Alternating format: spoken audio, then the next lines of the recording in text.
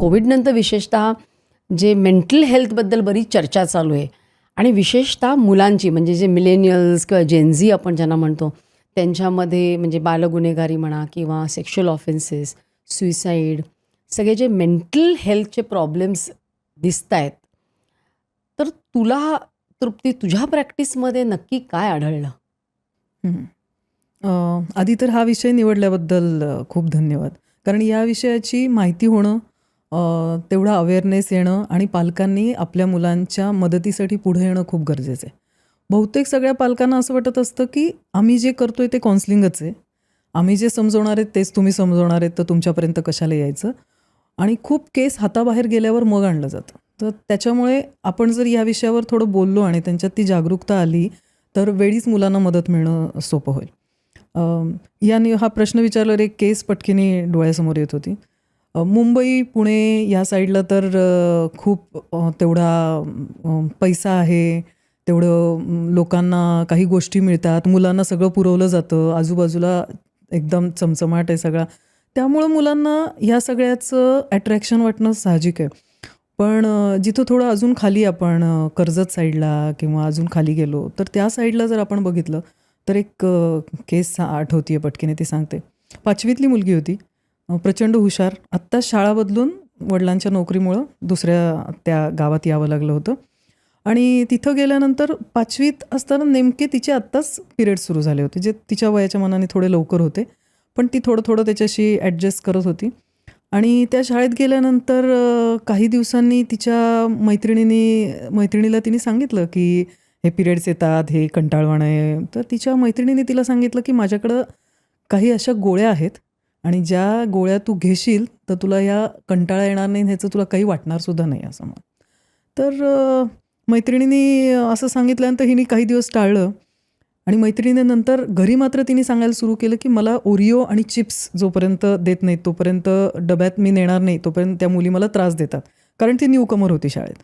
त्यामुळं हे खूप डिलेमा होता. पण आई-वडिलांनी आणलं कशासाठी होतं, तर ही मुलगी दुपारी अभ्यासाला बसत नाही, प्रचंड धुमाकूळ घालते आणि आत्तापर्यंत स्कॉलरशिपसाठी एकदम ते तयार होते, आता स्कॉलरशिप मिळालीच पाहिजे असं म्हणून. हळूहळू त्या मुलीला मावशी म्हणूनच आणलेलं होतं. ती एवढी छोटी होती की तिला समुपदेशक असं सगळं सांगून आणणं शक्य नव्हतं. तर तिने मला एकदा भेटल्यावर सांगितलं की सगळ्यात आधी तू माझ्या आईवडिलांना सांग, माझ्या आईबाबांना सांग की मला फ्रीडम हवं आहे. तर मी म्हटलं फ्रीडम म्हणजे असतं काय पण? तर तिला मी लिहायला सांगितलं फ्रीडम म्हणजे काय लिही. तिने छोटे स्लिप लावल्या. फ्रीडम म्हणजे मला पाहिजे तो ड्रेस घालू द्यायचा, मला पाहिजे ते खाऊ द्यायचं. आणि एका जागी तिने सांगितलं मी एका कॉर्नरवर शांत बसली आहे ना, तर मला बसू द्यायचं. आता ह्या सगळे हळूहळू डॉट्स एक एक करून जमा होत होते.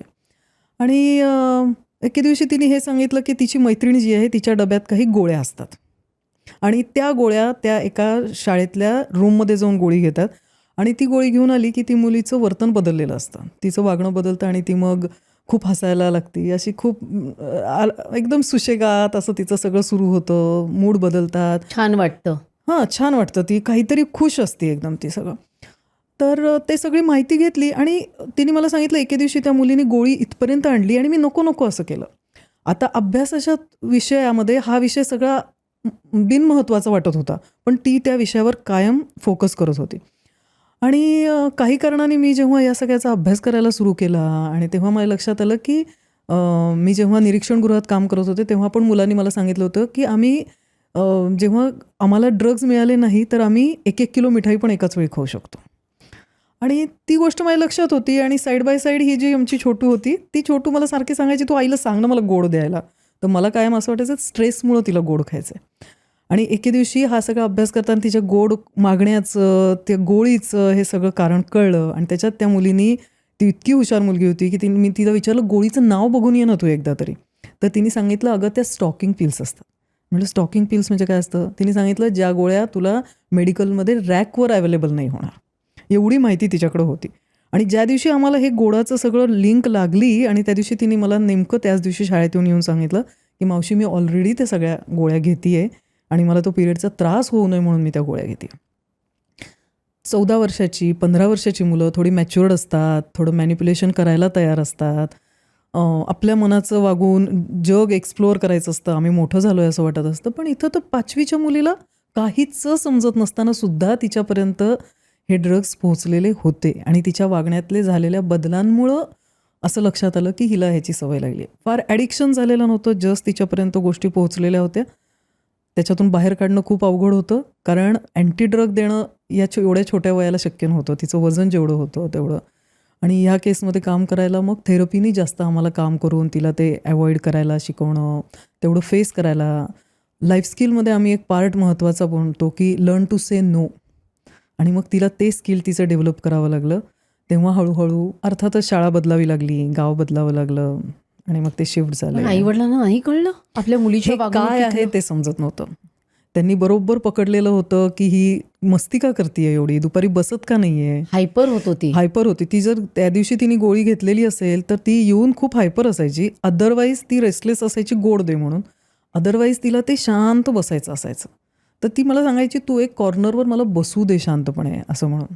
त्याच दिवसात त्या म्हणजे 5वीतल्या मुलींपर्यंत एवढं पोहोचतं ह्या सगळ्याचं मला खूप शॉकिंग होतं. म्हणजे जरी मी या फील्डमध्ये काम करत असेल, खूप केसेस बघत असेल, तरी माझ्यासाठी सुद्धा हे धक्कादायक होतं. ही क्लिप शेवटपर्यंत बघितल्याबद्दल खूप खूप धन्यवाद. संपूर्ण एपिसोड बघण्यासाठी खाली दिलेल्या लिंकवर क्लिक करा आणि सर्व काही चॅनलला सबस्क्राईब करायला विसरू नका.